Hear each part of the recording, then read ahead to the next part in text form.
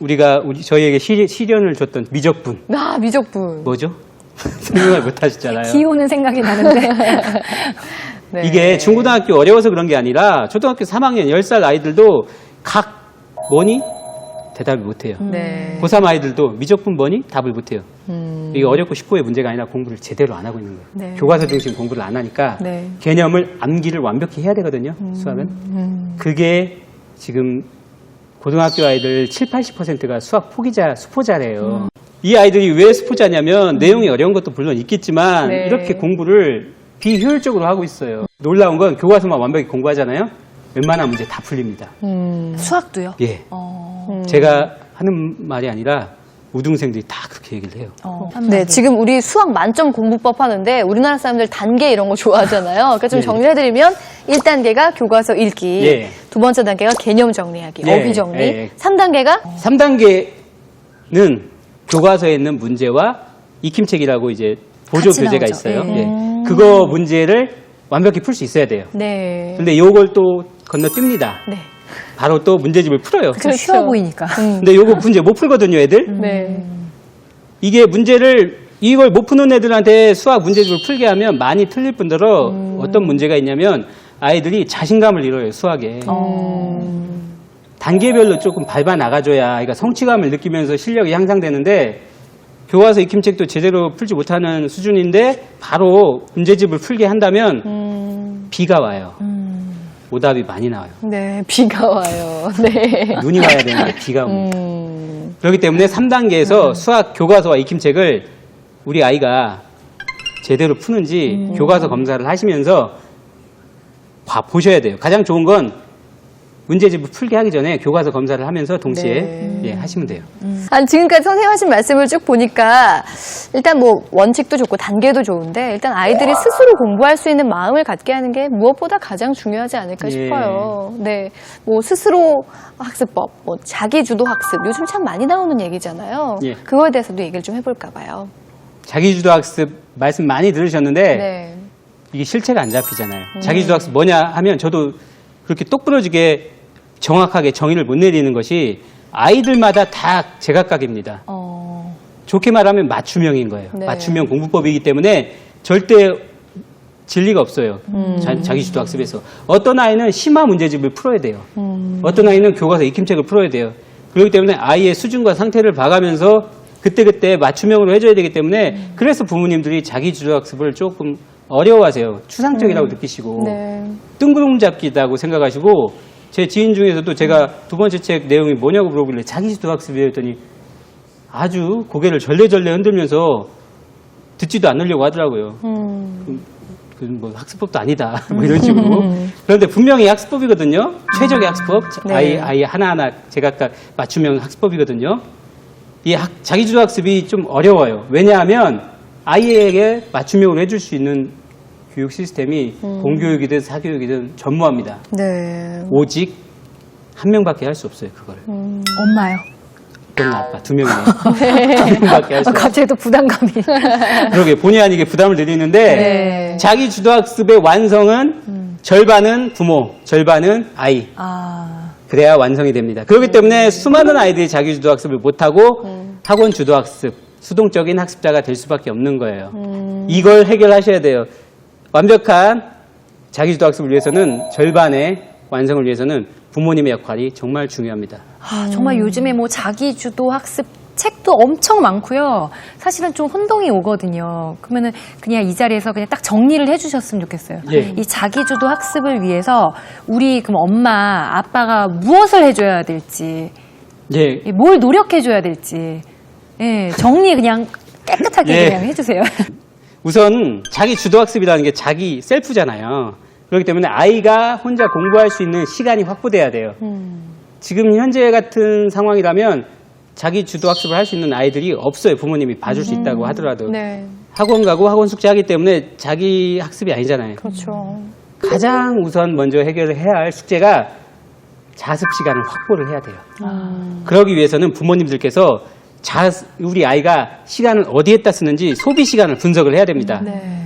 소비 시간 분석은 자습 시간을 확보하기 위해서인 거예요. 네. 소비 시간을 분석을 해보면 놀라운 사실을 아실 거예요.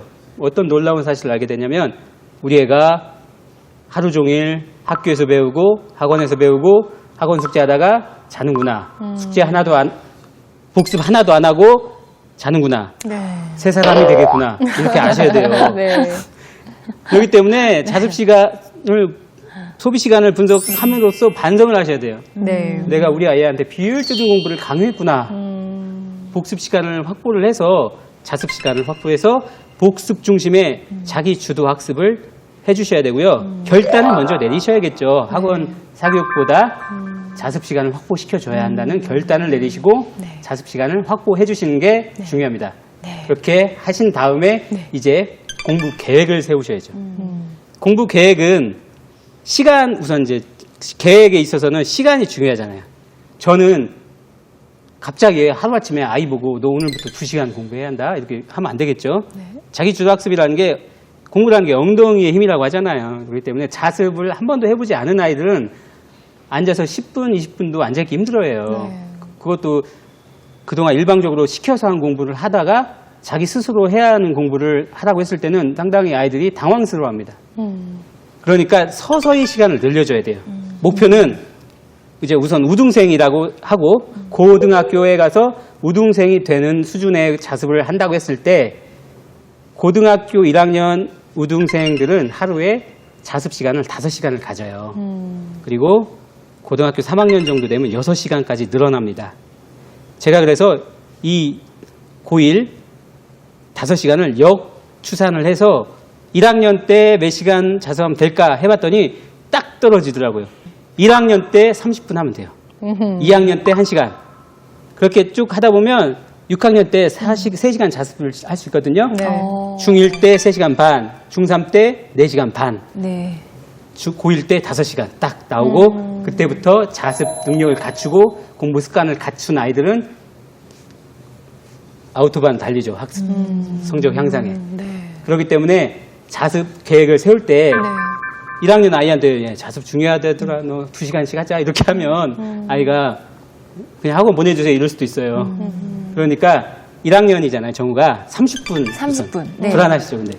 아니요, 그 정도의 시간도 사실은 그러니까 정우 스스로 공부를 하라고 주지 않았던 것 같아요. 항상 제가 옆에 같이 있었고 어딘가를 보냈고 지금 생각해 보니까 학교 공부를 복습할 수 있었던 시간이 없었던 것 같아요. 부랴부랴 재우고 그랬던 것 같거든요. 예.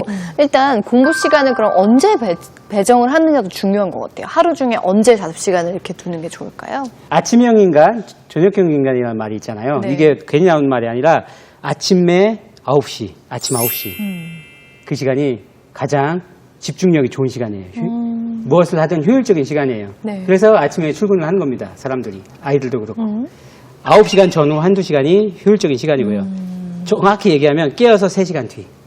그때가 집중력이 가장 높은 피크 타임이고 네. 그때는 이제 학교에 있으니까 아이들은 두 번째 피크 타임이 저녁 9시. 9-9 법칙이라고 생각하시면 될 것 같아요. 아, 저녁 9시 전후 1시간. 네. 그러니까 8시부터 10시 사이겠죠. 어, 의외죠. 네. 보통 부모님들은 이제 공부 많이 했으니까 놀아 쉬어라 하는 시간이에요, 그때가. 그런데 뇌과학적으로 보자면 아침 9시, 저녁 9시 이때가 집중력이 가장 좋은 시간이고 뇌의 해마가 자기 전 2시간에 공부한 걸 장기 기억으로 보내요. 그래서 우등생들은 자기 전에 그날 공부한 걸 복습을 또 합니다. 지독하면서도 영악하죠. 복습을 해요. 그때 자기 전에. 그 아이들 다른 건 알고 실천을 해요. 걔네들은. 한번 해보세요. 상당히 효율적입니다. 아, 제가 어저께 저희 아이가 받아쓰기를 오늘 한대요. 그래서 자기 전에 받아쓰기를 했거든요. 근데 오늘 다 맞았다고 하더라고요. 맞나요? 아니, 정확한 게 나오네요. 은근히 자랑. 네, 맞습니다. 그러면은 어머니가 뭐 아이의 소비 시간을 파악하고 자습 시간을 확보해주고 뭐 자습을 할 수 있게 그 시간을 배정해줬는데 엄마의 역할이 굉장히 중요하다고 하셨잖아요. 예. 그럼 정리를 해주실까요? 예. 어떤 게 중요한지? 제가 책을 쓰면서 정리를 했는데 3M 이라고 제가 정의를 했어요. 네. 부모님이 자기주도학습 하면서 크게 3가지 역할을 해주셔야 되는데 우선은 관리를 해주셔야 돼요. 네. 시간. 아까 말씀드렸다시피 최적의 학습 시간대에 8시부터 네. 10시 정도의 시간에 아이가 자습할 수 있게 시간을 관리해 주셔야 되고요. 그 다음에 그냥 공부하라고 하면 안 해요, 아이들이. 예, 여기 좀 공부해보자 하면은 그쪽만 놓고 2시간 동안 앉아 있습니다. 그렇기 때문에 어디서부터 어디까지 공부해 이렇게 분량을 정해주세요. 네. 근데 또 분량만 정해주면 아이들이 막 틀린 답을 써오거나 그냥 다 했어요 이래요. 확인할 방법이 없잖아요. 그렇기 때문에 그 시간 동안 그 분량을 제대로 공부했는지 성과를 관리해 주셔야 돼요. 관리 안에서는 시간, 분량, 성과 이 3가지를 챙겨주셔야 됩니다. 메모해야 될 것 같아요. 3M. 그 다음에 네. 그다음 이거 많이 안 하시는 부모님들 계시는데 저는 3M 중에서도 이것도 정말 상당히 중요합니다. 네. 가장 중요하다고 할 수도 있어요. 별것 아니라고 생각할 수도 있는데 채점. 채점 안 해주시는 부모님들이 상당히 많더라고요. 저 놀랐습니다. 채점을 안 하면 이 시험 문제를 푸는 목적이 교과서에 있는 내용 내가 뭐 모를까 하고 점검하고 다시 교과서로 돌아와서 이제 그걸 다시 공부하기 위한 중간 과정에서 문제를 푸는 거거든요. 오류, 사고의 오류를 찾기 위해서. 근데 틀린 문제를 채점을 안 하면 내가 뭘 알고 뭘 정확히 모르는지를 알 수가 없잖아요. 그렇기 때문에 문제를 풀고 그냥 말고 또 풀고 말고 하면 계속 틀리죠, 문제를. 그리고 그게 정답이라고 이제 뇌가 착각하기 시작해요. 네. 사고에 오류가 생기기 시작해요. 오답을 정답이라고 생각을 해버리는 거예요. 그때 바로 채점을 통해서 틀린 문제를 틀렸고 내 사고의 오류를 수정하지 않는 피드백을 주지 않는다. 채점을 해주지 않는다면 공부를 안 하는 이만 못해요. 틀린 답이 맞았다고 착각을 하게 되거든요, 아이들이. 네. 그 다음에 해주실 게 점검을 해주셔야 되는데 네. 아까 교과서 점검하셔야 된다고 했잖아요. 네네. 그 다음에 학교 숙제. 숙제 점검을 해주셔야 되고 그건 이제 학교에서 있었던 활동들 익힘책도 될 수 있고 과학책 같은 경우는 실험 관찰도 될 수 있고 교과서 같은 것들도 보면서 점검이라고 해서 그냥 이렇게 넘기는 게 아니라 물어보는 거죠 아이한테 오늘 배운 거 핵심 내용 물어보면서 점검을 하는 거예요. 그 다음에 이제 자기주도학습 부분에서도 점검을 해주셔야 되겠죠. 오늘 공부한 거 복습 중심이겠죠. 결국은 학교 그거하고 또 연결되는 건데요. 학교에서 배운 걸 점검한 것과 교과서에 있는 걸 결국은 또 복습한 걸 점검을 해주셔야 돼요. 제대로 공부를 했는지 안 했는지 제대로 못했다 하면은 다시 암기를 하게 해서 완벽히 내 걸로 만들 수 있게 점검을 해주셔야 됩니다. 네. 문제 같은 경우도 이제 풀었으면 틀린 문제가 나오잖아요. 다시 한번 풀어보게 해야 돼요. 점검 단계에서. 그 3M을 매일매일 해주셔야 돼요. 멀고도 험합니다. 우등생이 예. 되기가 우등생 엄마가 돼야 되니까 참 힘드네요, 진짜. 그럼요. 이게 상당히 가치 있는 일이잖아요. 가치가 있다는 것은 그만큼 쉽게 얻을 수 있다는 게 아니거든요. 네. 그렇기 때문에 힘들다고 그냥 포기하지 마시고 정말 힘든 만큼 내가 가치 있는 일을 하는구나. 알겠습니다. 오늘 함께 공부 잘하는 법에 대해서 이야기를 나눠봤는데요. 공부를 잘하기 위해서 방법을 또 배우는 공부도 참 어렵구나라는 생각이 들어요. 하지만 원칙과 기본에 충실하면 아이들을 공부의 신으로 거듭나게 할 수 있다라는 생각을 좀 하게 되었습니다. 신재현 씨 어떻게 보셨어요? 참 이게 다 알고 있는 내용이라고 생각을 했는데 사실 저는 놓치고 있는 부분이 너무 많았던 것 같아요. 그래서 지금 오늘을 또 계기로 해서 가서 좀 이것만이라도 좀 지켜보려고 노력을 해봐도 아이가 많이 성장해 있을 것 같은 느낌? 이걸 좀 미리 알았으면 우리도 공부를 좀 더 잘할 수 그러니까요. 있었을 텐데 초등학교 이런 좀 6년 내. 아쉬움도 함께 예. 드는데요. 네. 오늘 배운 걸 토대로 엄마와 아이가 모두 행복해지는 공부 그 방법에 도움이 되었기를 바랍니다. 오늘 도움 말씀 주신 선생님 감사합니다. 네. 고맙습니다. 네, 저희는 다음 시간에 더 좋은 책과 알찬 내용으로 인사드리겠습니다. 다음 주 월요일 이 시간에는요, 토크쇼 부모 고수다가 방송되니까요. 많은 시청 바랍니다. 함께 해주신 여러분 고맙습니다.